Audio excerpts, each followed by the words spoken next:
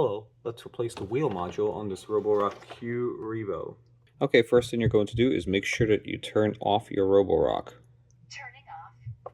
We are going to be taking out the dustbin. We don't need that. Now, over here, you'll notice that there's a little circle. We need to pry that off. I'm going to use this little hook tool to get that out. And as you can see, there's a little screw there. Take that screw out. Okay, now let's flip it over. Take off your mop heads. Take out the beater brush. Now take off the side brush. Use your screwdriver to do that. Next, we have 5 screws. 1, 2, 3, 4, 5 that we are going to remove. Keep in mind, if this is your first time doing it, one of them will have a little white sticker over it. Once you remove that sticker, your warranty is voided. Use a screwdriver. I'm going to use a drill driver to be fast. Lift up and off. Next, remove the battery. We're going to lift it up gently. There's a connector over there. Make sure that you pinch and pull, just like that. Now let's go ahead and remove the side brush motor. 3 screws and then it lifts right out. There are no connectors because there are just 2 contacts. Really nice. Next, we'll be removing the front bumper. There are 8 screws over there, and this will need a number 1 Phillips screwdriver. That's the little one. Okay, once you take out the last screw, you'll be able to remove this bezel from the underside of the bumper. Okay, now to remove the bumper itself, gently kind of tilt it forwards and work its way out. Okay, now to remove this bottom cover, we are going to remove a ton of screws. Here, here, here, here, here. This is why I had to remove that motor first. It's hiding under there. Here, here, here, here, here, here, and this is important, right in there. That one will have a little white sticker over it that you'll need to kind of peel, or you can just push straight through it. Let's do that one first. And actually, these are all number 1s, so you can use your little screwdriver. It can be easier to magnetize your screwdriver in order to take your screws out. Of course, you don't have to take them out ahead of time. It just helps. Okay, once all your screws are out, let's flip it back over and gently work the cover off. Okay, now if you're going to be replacing the wheel module, here's one side, there's the other. You can see the spring that keeps the wheel going back into position over there. Here is the limit switch that tells the robot if the wheel is in the up or down position. So to remove the wheel, first thing you're going to do is remove the connector for it. You can try to use your nail if you have a big enough nail, or you can use a little tiny screwdriver. Be gentle with it. Left, right, work its way out.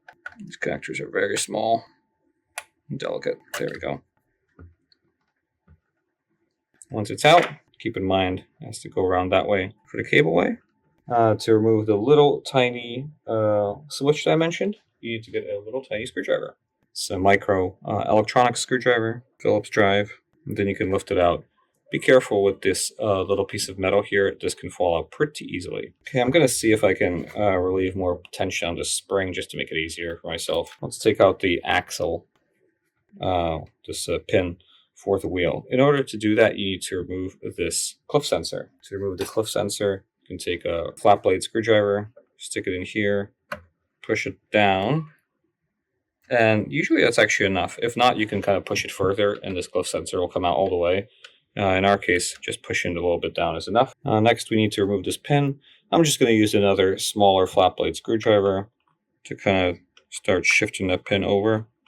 As you can see, it's coming out over here. Just going to grab some little pliers and pull the pin out. Again, with the cliff sensor being out of the way, you can do it. It also helps to move this beater brush housing that's over here. This is very simple to do. You just move these arms there, and then you can kind of pivot it a little bit out of the way. You don't need to take it out all the way, just enough to do this. Okay, so flip it over and start angling the motor out. As you work it, this spring will not be in tension anymore, or at least mostly not be in tension anymore. And you can use a pick tool to get it off. There we go. And make sure to gently get your wire harness through. And there it is. The wheel module includes the wheel, it includes the motor, it includes the limit switch right here, and the gear train that couples the motor to the wheel is inside here.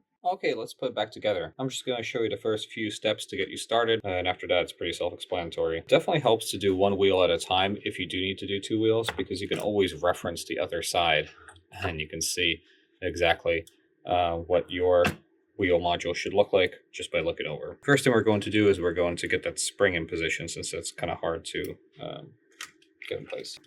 But, of course, we're going to need to pass our harness through first. Carefully, gently, as usual. Okay, now we're going to take our spring, and it's pretty hard to see, but you're going to hook it onto this part over here. Again, go ahead and take a look at your other wheel module, but it's going to hook on right over there. And then you're going to pass it through the inside, and your goal is to hook it on there.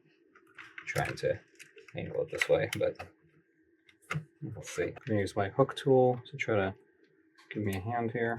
Actually, I'm going to try doing it backwards first. I'm going to hook it onto here first. And now I'm going to see if I can catch it from the other side.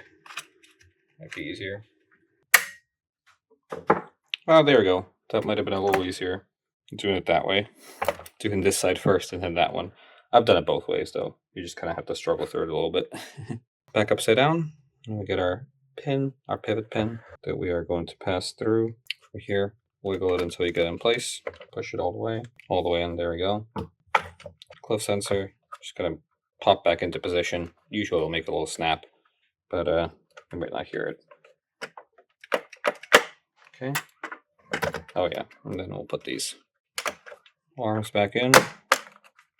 Good. Okay, here I'll show you. There we go. And you're going to, you will need to get your limit switch over here to be right in there. You'll notice that there is a little plastic pin and a hole corresponding to the two holes over here. One of them, the pin will go through, and the other one, the screw will go through. Make sure your wheel's in the down position when you do this, because if it's up, it's going to be kind of hard to get the switch in. There it is. Make sure to test the wheel up and down. Okay. All right, now route the wire into the wire way. Plug in your connector. There we go, all the way in. Sometimes it helps to do that before you actually route the wire, because that way you'll know where it goes better. Should be nice and neat. Okay, from here on out, it's pretty simple. Just put your cover back on, and everything's reverse of what we did before. Of course, just be gentle with everything, and don't forget your 7 million screws that you took out. So, that's it. If you like this video, please don't forget to subscribe and leave a comment down below. Thanks.